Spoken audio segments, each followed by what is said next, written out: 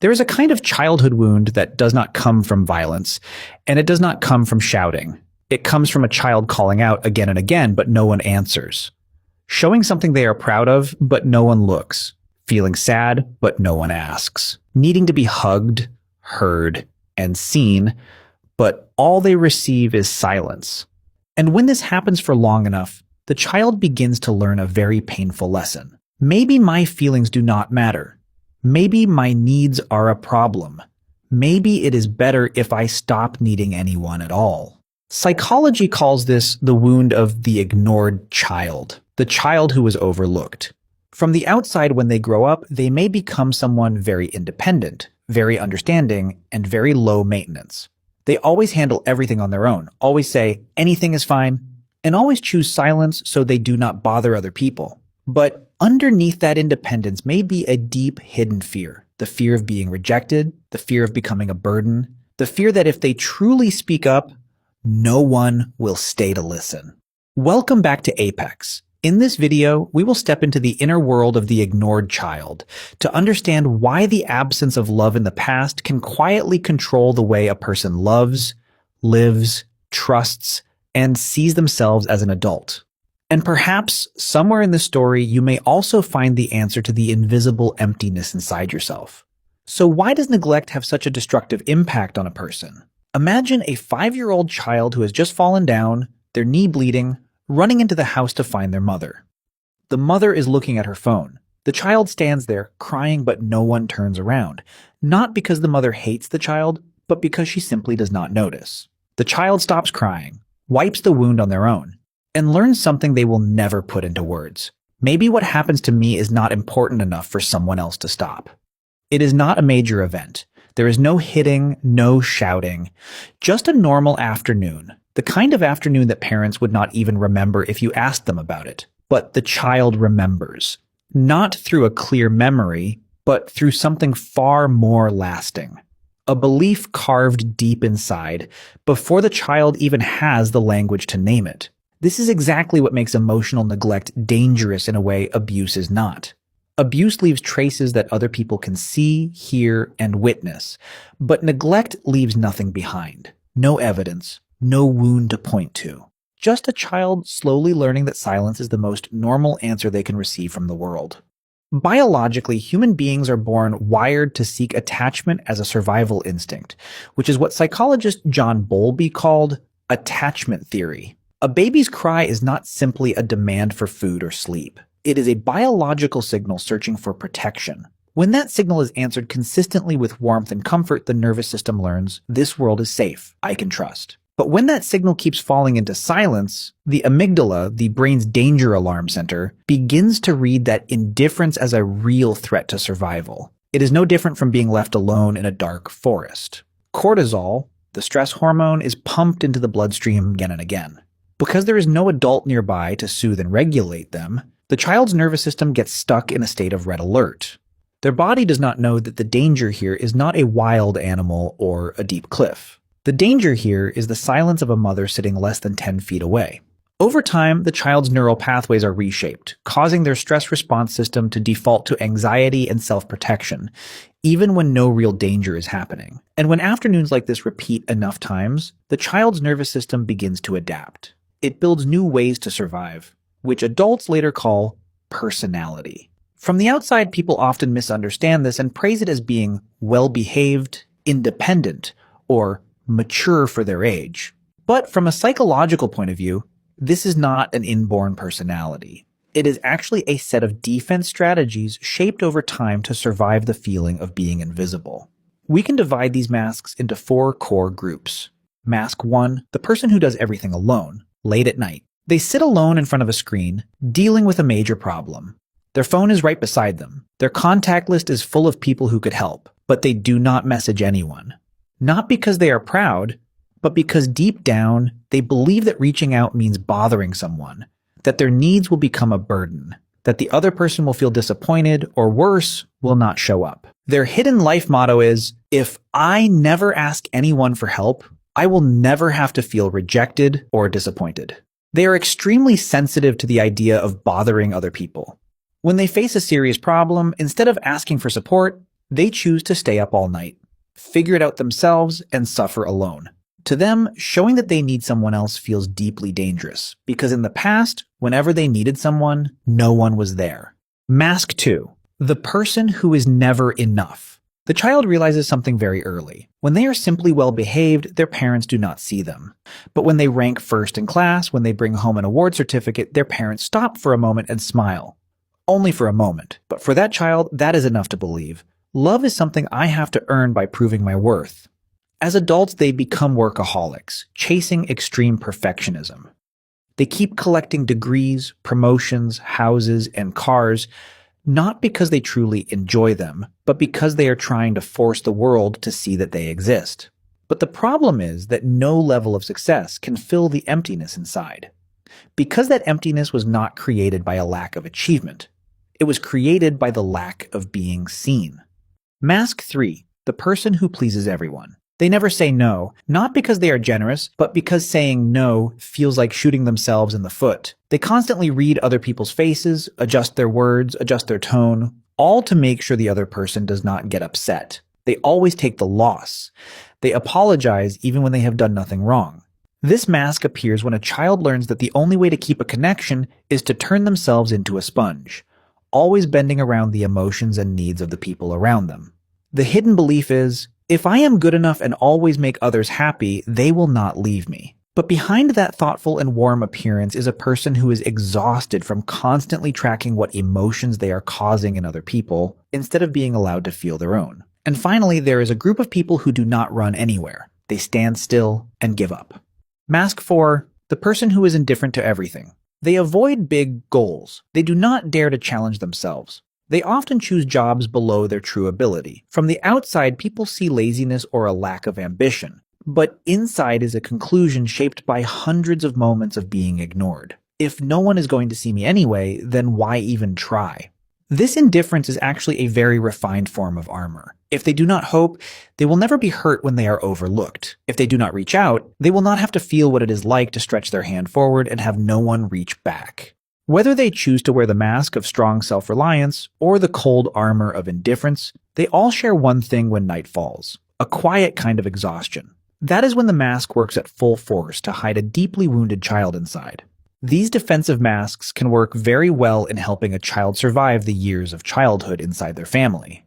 But when they carry that same shield and mask into the world of adult relationships, such as friendship, romantic love, and work relationships, those masks begin to create quiet cracks and misunderstandings. The core reason lies in what psychoanalyst Donald Winnicott called mirroring, the reflection of identity.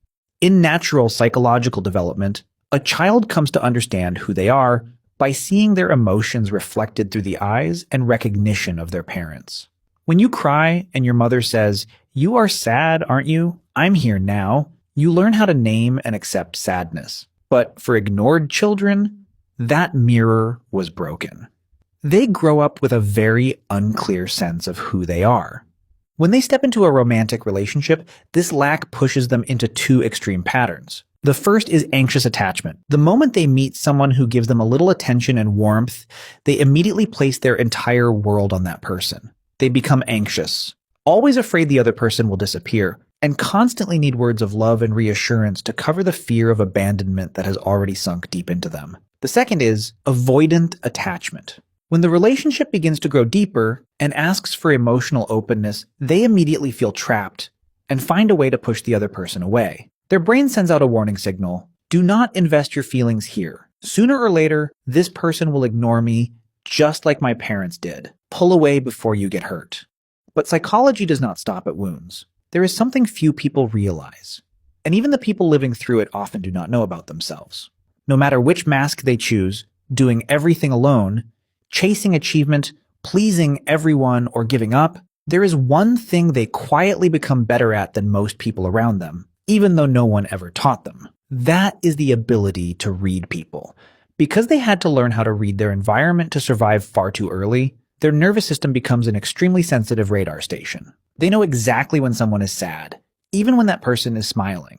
They notice the smallest change in tone, a quick frown, a silence that lasts a little longer than usual.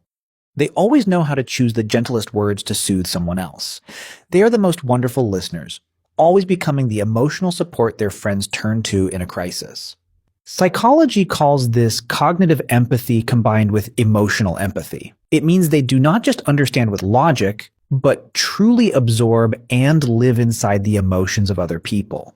This is deeply connected to the mirror neuron system. When they see someone express an emotion, these cells in their brain light up as if they themselves were directly experiencing that emotion. But the price of this superpower is inner exhaustion. They can turn on their radar to catch and hold the emotional pain of the whole world, but completely turn off their own signal. When they themselves feel pressured or hurt, instead of looking for help, they choose to suffer quietly because they are afraid their presence will bother other people or become a burden. That is their most heartbreaking paradox. The person who can understand others most deeply is often the very person who is least truly understood by anyone. They give empathy as naturally as breathing, but they do not know how to receive it because receiving, to them, still feels dangerous. And when they recognize that, not through self-blame but through understanding, the real journey begins. The brain is not something fixed forever. Research from the Center on the Developing Child at Harvard University shows something many people do not expect. Anxious neural pathways formed in childhood can absolutely be rebuilt. This is neuroplasticity. Every time you act differently from your old defensive habit, even in a very small way, you are creating a new neural connection with your own hands, not through willpower, through repeated action, until the nervous system learns a new lesson. Safety is real. Principle 1. Validate yourself first. In schema therapy, this is called reparenting, the process of becoming the caregiver your inner child never had. Instead of waiting for someone else to come and see you, you have to be the first person to do that for yourself. When an emotion rises, whether it is hurt, anxiety, or anger, stop judging yourself as too sensitive. Name it and stand on its side. I am feeling hurt, and that is completely normal. My need to be cared for is valid. Every time you do that, you are repairing the broken mirror of mirroring from long ago. Principle 2. Stop personalizing everything. The brain of an ignored child always lives in the future, constantly running scenarios about how they might be rejected so they can prepare themselves emotionally. Pull your mind back to the present. When you send a message and the other person has not replied yet, notice the restlessness in your body, then tell yourself, they have not replied yet. That is just an objective event. This is only data, not proof of my worth. Allow events to happen naturally without turning everything into something personal. Principle 3. Speak up through the smallest things. For someone who has done everything alone since the age of 7, asking someone to buy them a cup of water can feel as dangerous as standing on the edge of a cliff. That does not mean you are weak. It means you are truly being brave. Start with very small things that do not carry a high risk. Ask a coworker to buy you a cup of water, ask a family member to get something for you, or say one simple thing you want during dinner. When you dare to speak up and receive a positive response, your nervous system takes in completely new data. Speaking up is safe. My needs are respected. Over time, these small revolutions will heal your wounded sense of self. The journey of healing and self-validation does not only free you, it also carries a more sacred mission, breaking the cycle of generational hurt. Through the lens of psychology, your parents, the people who once ignored you, are not evil people. Deep down, they were also abandoned children in the past. Growing up in a time of lack, their nervous systems became frozen in survival mode. They provided for you materially with everything they knew, but they were completely helpless when it came to emotional connection. They could not give you something they had never received. Economic pressure and the distraction of modern technology today can also push them even further into unconscious emotional absence. Understanding this is not about making excuses or forcing you to forgive. Your hurt is real and deserves to be respected. Looking at it scientifically is meant to help you let go of resentment, escape the trap of victimhood, and realize this. This chain of trauma may have lasted for many generations, but it can end with yours. Imagine a future. You, an adult who has walked through the journey of self-healing, are sitting in the living room. Your small child runs home from school, excitedly telling you a silly story with no clear beginning or end.